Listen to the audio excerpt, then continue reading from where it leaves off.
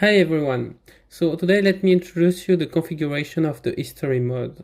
If you activate it correctly, you should have the history mode by Microsoft just there, with all the different options you may have. All of these options, you can find them more information on the mod page, but I think a video may explain in a better way too. So some of these options are only for debug purpose, you may not have them. But basically the idea is you have two main options. The first one will be to take the screenshot of the actual game without quitting it, without reloading it, but just the screenshot of the actual game. And the other one will be to take the screenshot of the actual games, but also all the other saves you have of this particular city. You can add some filter on that, I will come back later.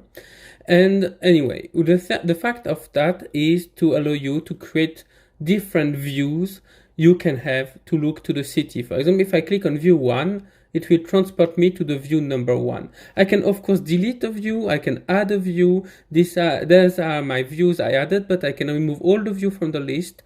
And now if I look there, I don't have any view anymore. I can add my new view. So for example, if I click on option add view, it will now be on the list. So if I come back to the city, my view will be there. The view will not be deleted when you shut down the game. So you can always keep your view just like as a feature also to go back to the view at any point. These views that you find here, you can also add them with a shortcut. You have some shortcut, you can find them here, like Shift-Alt-V will allow you to add a view. This can be useful if you don't succeed into having the exact view you want and you have to go in the free camera. So now, for example, I can add a view like that. Sorry. Well, okay, I added my view there. It doesn't show you a message when you add a view from the free camera, but if you add a view from the normal camera, you will have the message also. Anyway, now I can see that I have my 4 different views. The thing is, if I start a screenshot session, you will see it will transport me to the different view, and you have some text on the bottom to explain you what he is doing. And once he did all the views, he will stop the process and tell you that everything was made. As you can see, you can also activate the night mode, which will allow you to have the picture in the night too. And basically the only thing to keep in mind is you shouldn't move the mouse during the process and quit the game. The process can be kind of long if you need like to load like 300 saves like me. It can take all the night. So this is why there is a lot of different options to ensure that the process will work until the night. Because as you can guess, loading 300 different saves can take quite a lot of memory, of live memory. I don't know if you say in English. Anyway, once you got the screenshot made, you can go on open screenshot folder. It will open to you a new folder that I can show you here. The new folder will have the name of the city or can be a different folder every time you take new screenshot. This depends the configuration you made. The city name of me is HistoryMod. As you can see, I have my different views I made. If I click there, I have the different day or night, and I can see the different tests I already made before, etc. Or the screenshot that was made in the new view number 1. So this can be cool also because you can keep what is already made in the past and you can run the process of taking the screenshot of the actual game every time you want, even before creating new saves. For example, if you are the kind of person to always save on the same save name, you can just render this every time before saving or every time you want to have a new screenshot session. On the other side, if we go further in that, now you have some more options. I don't know if you know the CSL, but CSL is something that allows you, to have a map like that of your game. So it will, it's a really great mod because it shows you all the schematics things of your city. This thing can be quite heavy to make also, and it's also automatized. I mean by that if you have to load 300 saves like me, it can automatically create 300 export of the CSL for you in the same time. This you have to check only if you have the mod. So be careful with that. You can click on that to download the mod and to have it too. On the daytime thing is like if you want the day, the night, or both of the kind of screenshot, and order the screenshot with the specific names. This is to ensure the way of them to be ordered in a way or another. For example, if you want the view ID to be the thing that allow you to order them, you can have that in the name as the priority. And if you want nothing to be able to order, you can have that. But this is only to make it more simple for you. But date of save usually is the best thing because it will give you all the saves in a specific order, like this one, which comes from the first one to the last one. As you can see on the right, it gives you a nice time-lapse things that you can use for a video after. Anyway, now you have automatically shut down the game after the screenshot. So if you want to maybe, for example, do screenshot of like 5, 20, 300 different saves automatically, you can check that and it will shut down the game when it's finished. Don't create a folder on every screenshot. This is only the option to allow you to have all the screenshots of the same city always in the same folder. As I said, for example, here you had like, sorry, not here, here you have Portmont, which is my city. If I don't check this one, it will always create like the date underscore the name. And always when you click create screenshot, it will create another folder. But if I check the thing to always have the same name, then it will always try to put the screenshot together in the same different folder, which can be more nice. So by default, it's like that. Then this is kind of the basics. You have a lot of filters you can use. For example, you can, if you wish, only load the last 10 saves or the last 1000 saves as you wish. But for example, by default, when I click here, it will show me all the saves I have that are for that city, and it will give me the information of what I selected as a filter.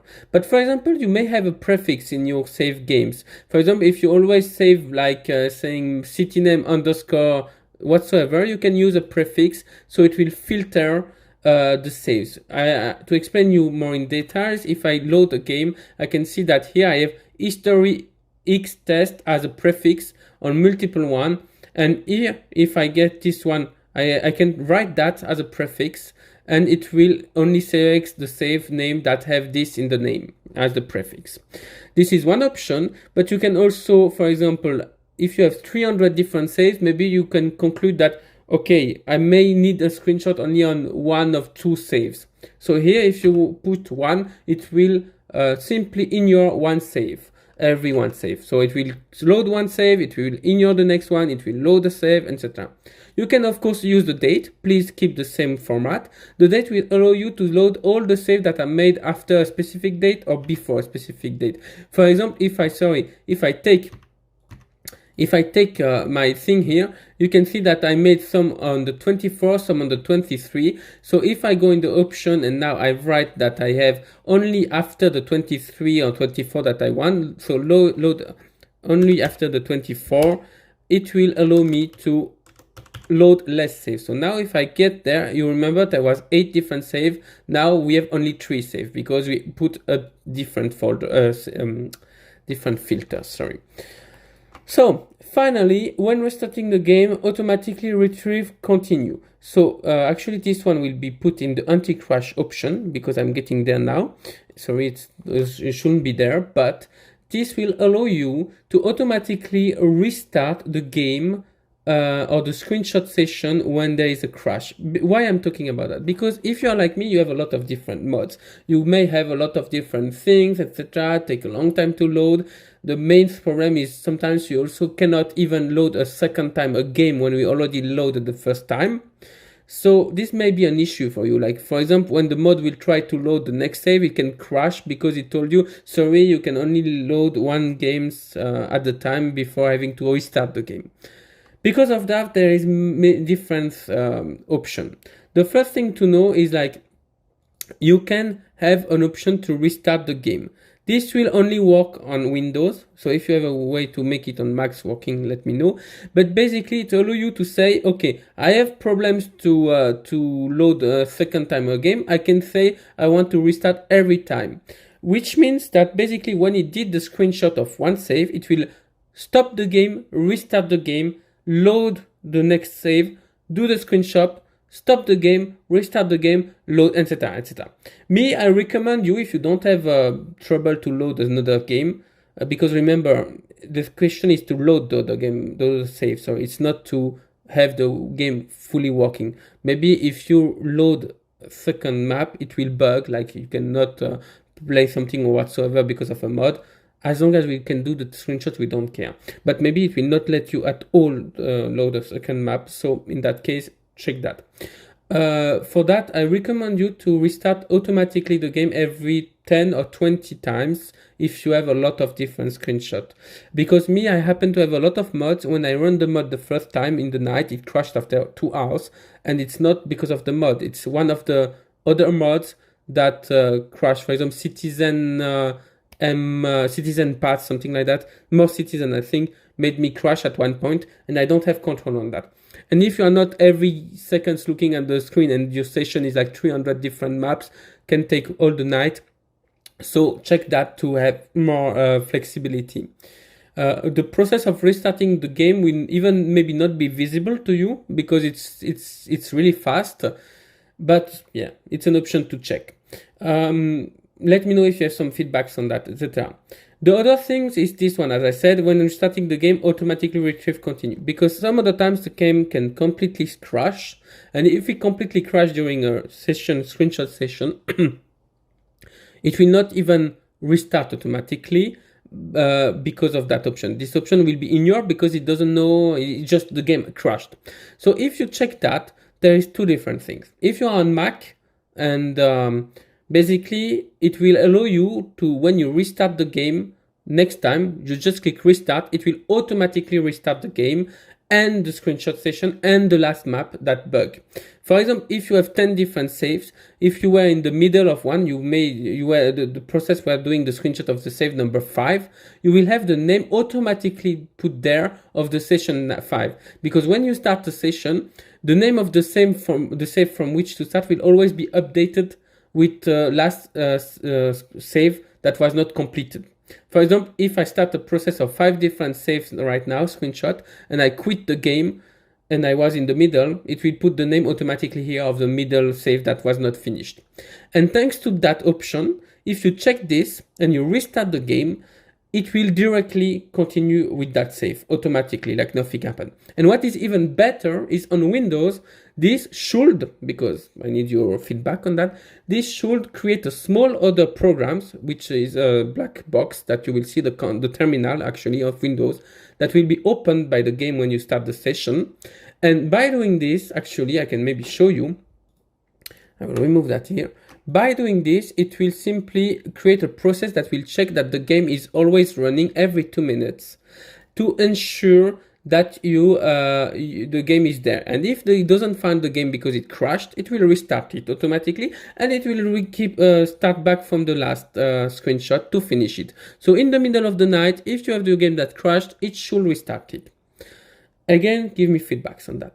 Finally, really important things is you have the paradox launcher. That's most of the time will maybe not have problem with that option, but will have problem with that things because it will not complete the starting process. It will wait that you click on start the game, which is, yeah, you know what. So because of that, you can download the Coyote launcher by clicking here. And this one will get rid of the paradox launcher and will allow this option to work fine. You can of course remove the Coyote launcher when you finished all the session. Finally, let's go back on this. If you go here and we try, you will see I can say yes to that and it gives me a warning. If I try to go back from a specific save, it will also inform me. But now you see the black box, as I said. This one, don't shut it down, don't quit it. Every 120 seconds, it will look if the game is still live or not. What does it mean? It simply means that if now I quit the process of the game in the middle of the session, it will automatically start back. So this is really interesting for creating a session. As you can see now, the game automatically the next save to take screenshot of. And this is what you should have usually. So please keep in mind, if you have other mods, this can be a bit bugged. So better to restart automatically the game every time a new save is made. If you have specific questions, I can answer you by email. I can answer you on the workshop. If you have some improvement you wish to do, I will put probably the mod on GitHub, so feel free to have comments and change things, etc. This HistoryMod is the beginning of maybe something more bigger, to add other component to make your map look better in time.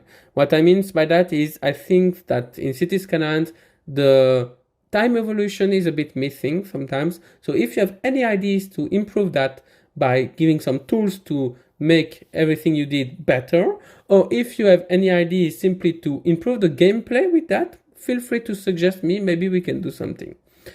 Anyway, thank you very much for listening. I hope I got into all the options. If you have any question, as I said, let me know, and have a wonderful day.